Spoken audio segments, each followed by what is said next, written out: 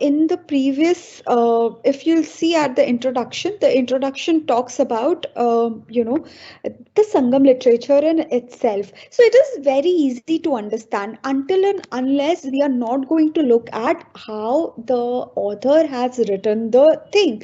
For example, if we are not going to get the very basic concept of, if we do not let it seep in, the very basic concept of that, what is Silapathikaram talking about, what period it belongs to, you will not be able to understand actually anything about Indian classical literature. Because yes, Indian classical literature is complicated.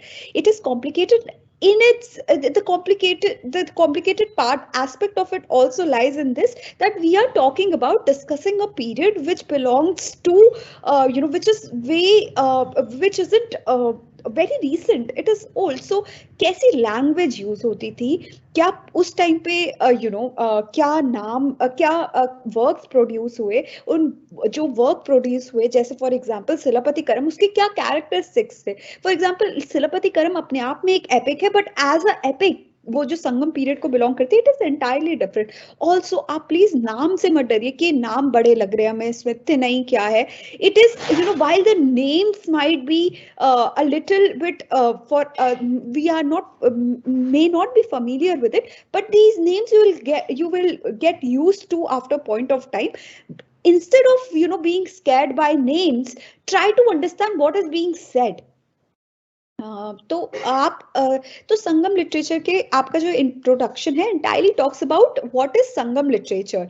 अगर मैं आपकी SOL study material में आऊं कि what is what exactly is Sangam literature, so your SOL study material discusses, it highlights that what constitutes Sangam literature.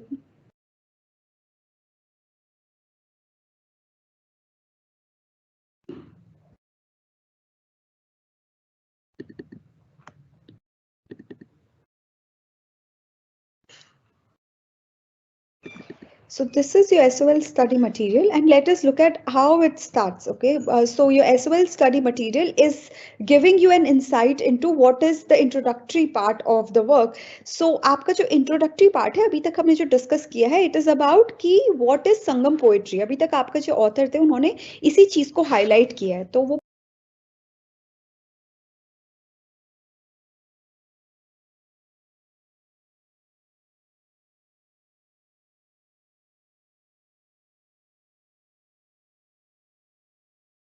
पहली चीज वो बताते हैं कि संगम क्या है. तो संगम क्या है? Sangam means confluence, meeting point. In ancient Tamil country there are believed to have been 3 great Sangams, जो हमने देखे, first Sangam, second Sangam, third Sangam. जो आपका फर्स्ट संगम है, तो फर्स्ट संगम से हमारे पास बहुत काम नहीं बचा है, इनफैक्ट कोई भी काम नहीं है. जो थोलकपियम है, आपकी ग्रामेटिकल ट्रीटाइज, जो सब्जेक्ट मैटर जो है पोएट्री का, कि कैसी पोएट्री थी, कैसी लैंग्वेज थी, इन सब चीजों के बारे में बात कर रही है, वो सेकंड संगम को बिलोंग करती है. आपकी लास्ट जो संगम है, द थर्ड संगम, इस कॉर्पस से आपके पास काम बचा है. कॉर्पस से मतलब है the number of works produced under third Sangam. तो जो तमिल ग्रामर है आपकी थोलकपियम, राइट है, Tholkappiyam was written by Tholkappiyar Tholakapiyar, and it is believed to be a part of second Sangam. Tamil Sangam poetry has been divided into Akam and Puram. तो एक चीज बहुत important है that we'll see as we start with the discussion आपके जो इसमें है, towards traditions, towards in the work, in the text itself. तो ये काम जो है आपका later on, इसी काम में आप पढ़ेंगे कि अकम क्या है, किस टाइप की पोएट्री है अकम. पुरम क्या है, पुरम के क्या कैरेक्टरिस्टिक्स है, अकम में क्या होता है, थिनई क्या होती है. इन सब चीजों के बारे में आपका this this is what is being highlighted bye the author. जब हम थोलकपियम की बात करते हैं, तो एक चीज बहुत इंपॉर्टेंट हो जाती है टू अंडरस्टैंड दैट थोलकपियम आपकी सिर्फ लैंग्वेज के बारे में ही नहीं बात कर रही है, वो आपको एक इंसाइट दे रही है कि जो काम उस टाइम पे, the works that were being produced during that time, what sort of works were they, and what were they influenced by, what were the influences.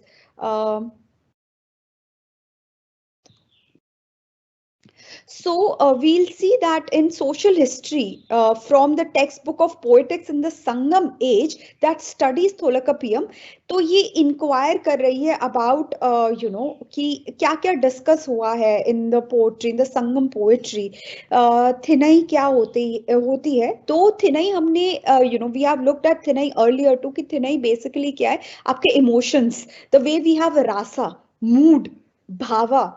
Right, in Natya Shastra. Similarly, Sangam poetry, the works that are produced in South India, they are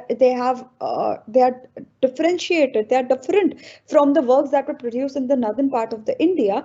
तो वो जो literature produce हुआ है, of course one literature is not just for just giving us narrating a story. It is about also when you read that story or that poem, so you feel a sense of a sense of content, a sense of pleasure. You go through emotions, right? तो emotions को जो description है, emotions को कैसे describe किया गया है, इसको थिनई बोलते हैं. तो emotion को basically in when we talk about South Indian literature, तो emotions जो हैं आपके भाव, आपके mood, इनको geographical location जैसे कि hills, फ्लावर्स, इन सब से एसोसिएट किया जाता है, इनके थ्रू दिखाया जाता है, लैंडस्केप के थ्रू दिखाया जाता है. तो आपका जो स्टडी हुआ थोलाकपियम का, तो in the social history that is being highlighted through this, तो by the author it is pointed out.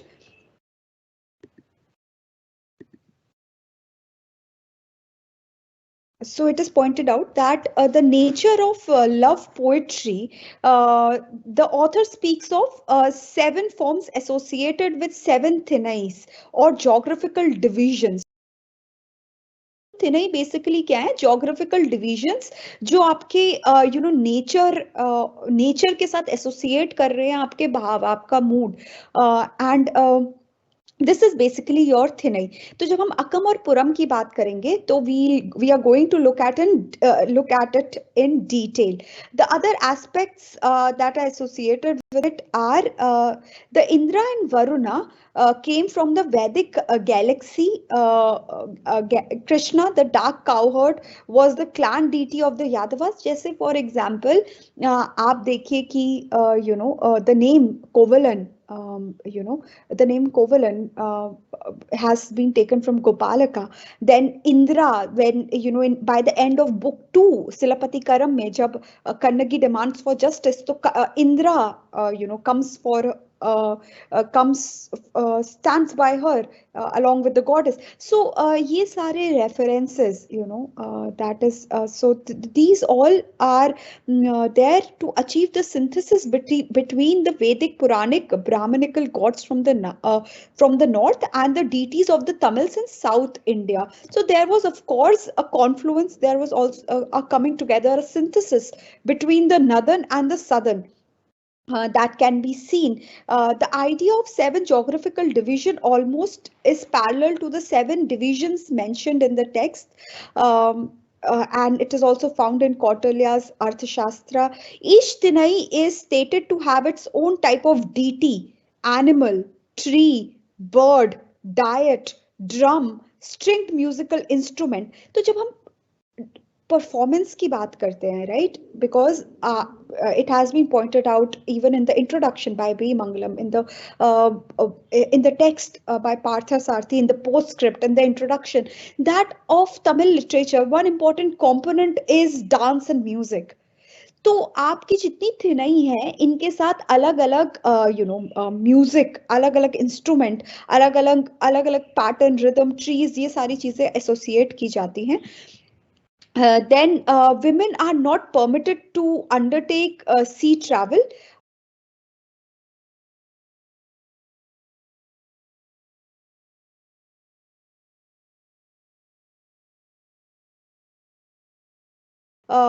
This would imply that sea travel itself was not yet prohibited.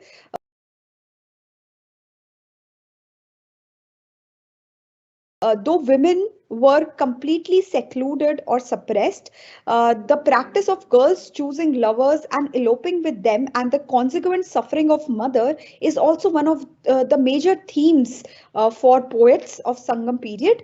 Cattle rates जो आपके book 3 में हम जिसकी बात करते हैं, cattle raids, war and governance.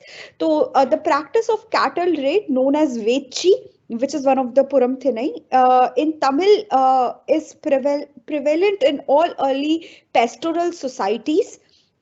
And it finds an important place in the prescription of the Puram poetry. And cattle raids were being described by poets in a highly conventional manner, as if it was an elaborate ritual with a several parts rather than a horrible reality of the pastoral village. The account misled Professor N. Subramaniam into interpreting Vechi as the opening gambit in war, meant for protecting the valuable life of the cows, which could not protect themselves. However, the present writer found a group of poems in Puram tradition, which gave an entirely different picture, singing the praise of the warrior chiefs who would go to neighbors' village, plunder the cattle, and make a grand feast with meat and drink, or distributed them in gifts to their followers. These poems reveal the true nature of the tribal practice. According to Tholakapiyar, the grammarian of Tholakapiyam, the cattle raid was typical of the Kurunsi landscape. It was often conducted by the border people on instruction from their king. Sacrifice is also an important part. War goddesses are also an important, like for example, war goddess, because Kannagi as goddess Pathini established as somebody who would bring, abundance, and her being an important segment of the Puram section of the epic, that is Silapati Karam, is also important to look at how the war imagery and goddesses become an important part of the social life. Um, Now, cattle raids, regular battles for plunder and tribute are, all a part of the social life. Cattle raids, capture of forts, and pitched battles in open fields, which are included in Puram. The activities of various groups other than warriors contribute to victory, and these are enumerated. So love and forms of marriage. Some situations arising from premarital romance are taken up for special treatment in the literature that was produced. So this is actually a reflection on the Sangam, is also a reflection on the societal, right? So as in the Puram tradition, you would look at the cattle raids being an important segment, providing an important part of the motive of war. Similarly, love and the forms of marriages that were there in the society form the part of love poetry, give subject matter to the love poetry. Now there are also social classes and castes that are discussed even in Silapati Karam, the caste bottoms that are discussed in Silapati Karam in book 3. This In the discussion of meters and rhythms, there is reference to the land of the famous three, the Chera, the Chola, the Pandya king, and the Gandharva type of secret marriage is quoted in another place. The Vellalar who take the place of Sudras have their livelihood only through agriculture, but they may put on garlands and carry weapons when they are also capable of discharging the function of the king, that is Arasar.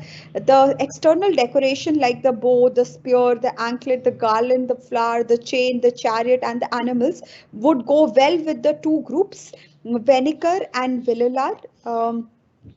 They would not agree with the linear or lower groups, as the practice of the higher groups of the people, a clear allusion to the Sanskritizing tendency.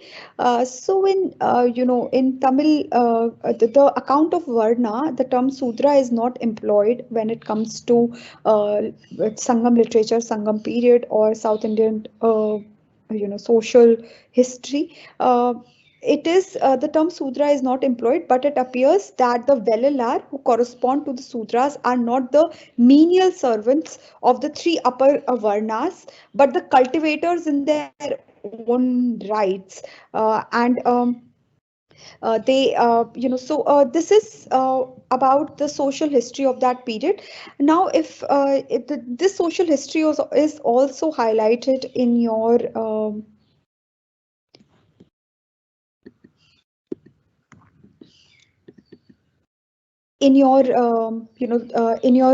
study material under the section social structure in ancient Tamil society, because the work by A.R. Venkatachalapathy is also giving us or is highlighting how Sangam literature is influenced by the social history, and the literature that was produced during that time is inevitably a part and parcel of it. So the social structure in ancient Tamil society, you see there are number of religions that were practiced in Tamil region, as is seen through the merchant class that Kannagi and Kovalan belong to in Silapati Karam. There are roots of Jainism and Buddhism. The author Ilango Adikal himself is a Jaina ascetic. Hinduism was there, and Syrian Christians brought Christianity also. Also with these, the Thirukurai written by Thiruvular in 2nd century BC was regarded as a sacred text. It endorsed humanism and equality for all. Thiruvalluvar is himself supposed to be a Jain. The Tamils also worshipped the five forces of fire, wind, water, earth, and air. They also worshipped stones. So, in the benediction, you would see these elements being referred to before the start of the story, the canto in book 1 of Silapati Karam. So we see a lot of cultural influence between South and North, because even in the South, Vedic forms of marriages and rituals were being followed. The very important example of it would be fire. How fire is being seen as a portal. Right, it is a portal in this that it carries, it is in one sense purification, working, associated with purification. In second, it is a way to show, progress,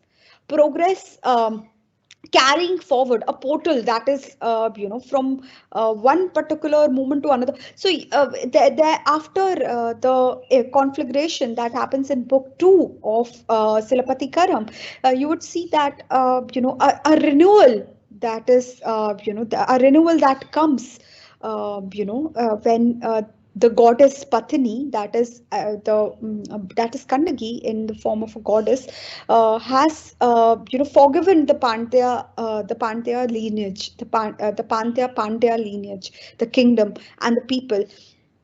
So there were also cultural influences between North and South that are visible in the Sangam literature.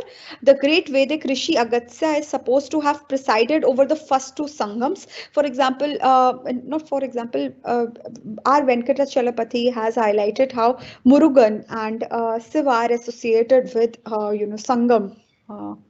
Sangam literature. Similarly, Agastya Rishi is also associated with two of the Sangams. He is said to have supposed to have presided over the first two Sangams. So we see a lot of influence of North in the South in terms of religion and caste. So earlier, the caste bottoms that weren't that rigid. By the last book, the ascetic provides us a detail. The author provides us a detail about it. Also, if we look at the social history as was given in the work we were discussing, so it wasn't actually, they weren't actually associated with the impure menial tasks. They were agriculturalists in their own rights. So caste and class in the ancient Tamil grammar, it does mention the existence of four social divisions. These can be equated with the four castes in Vedic Hinduism. However, the four social divisions had Tamil names and were not known as Brahmins, Kshatriyas. For example, Velluvar, the kings were known as Arasai. They are different names. Now, women, as we know, women were either so women were actually seen as sacred. They were associated with purity, with sacredness, and it is a sacred power, idea of chastity, a idea of purity that is associated with them. They do not have much of public agency, and if they do, it is only with a public woman such as that, such as Mani, such as Madhavi, of book one, the love interest of Kovalan. So Deanne E. Jennett in Menstruating Women, Menstruating Goddess, Sites of Sacred Power in South India, show how female sexuality in South India was actually worshipped during the end of Sangam poetry. Women are considered to be filled with sacred power called Anaku, associated with their sexuality,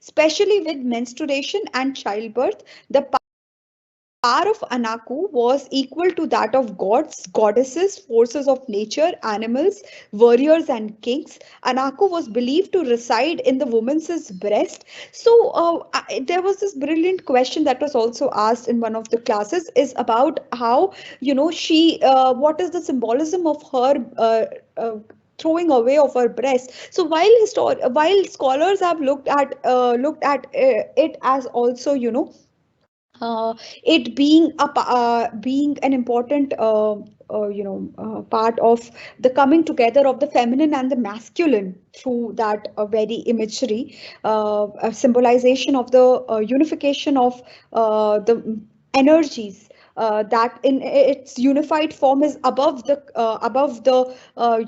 segregating boundaries of impermanent life, of human life, be it your class, be it your caste, be it your sexuality.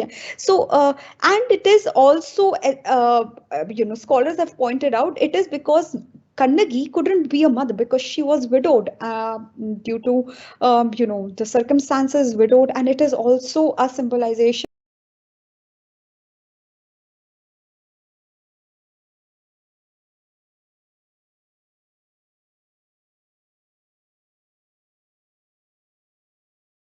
of that, where she does in anger throws her left breast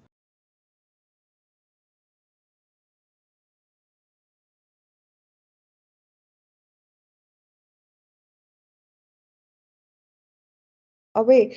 Um, because her power, her light lies in her sacred power lies in menstruating and childbirth.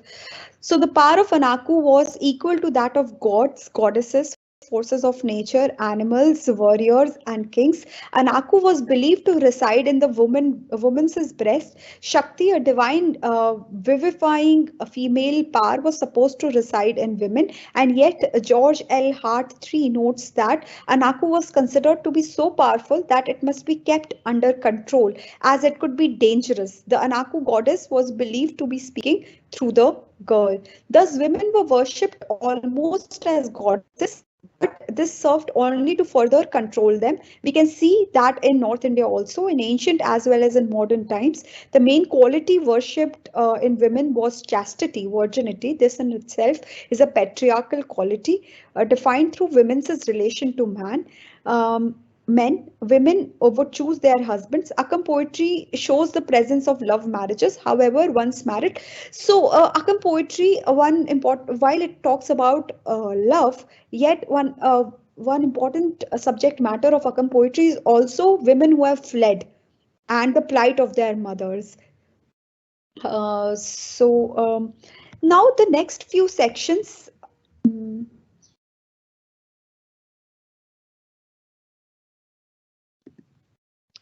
So the next few sections.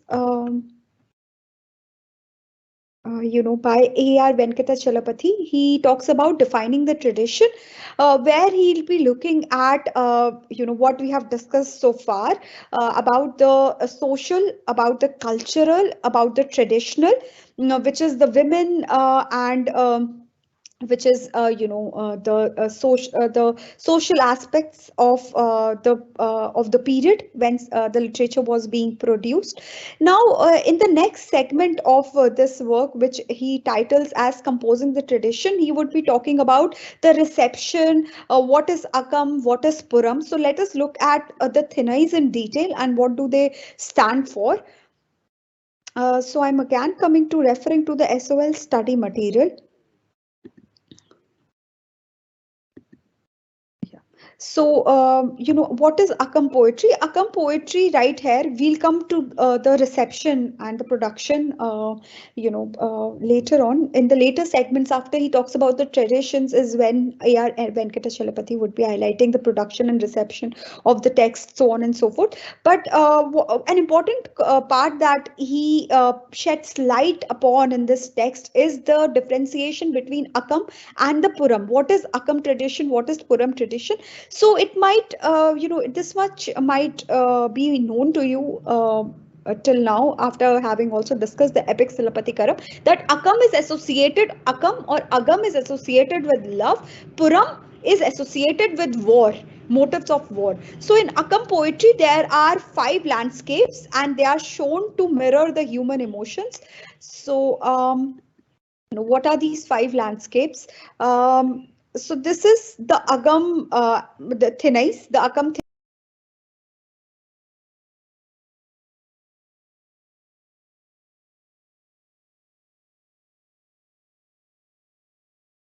Thinais. What are basically Thinais? The geographical landscape that is associated with emotions. So this is what A.R. Venkatachalapati is also talking about in his work. And these are the Thinais. These two are considered to be improper for description in poems. And these are the 5s that are majorly used.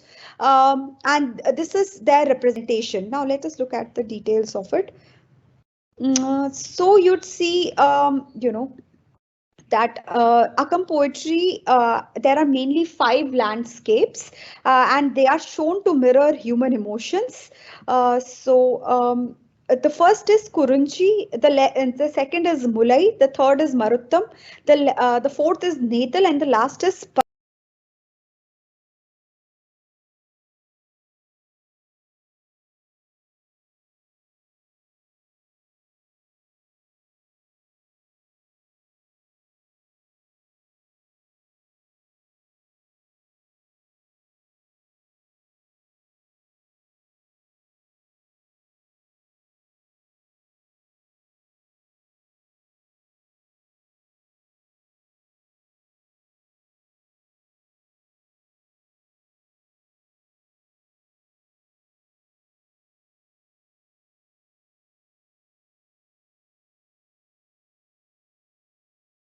last is Palai. What is Kurunchi? Kurunchi Thinai is the mountainous landscape where lovers secretly meet each other before marriage at midnight. The Kurunchi is a white flower. The plant flower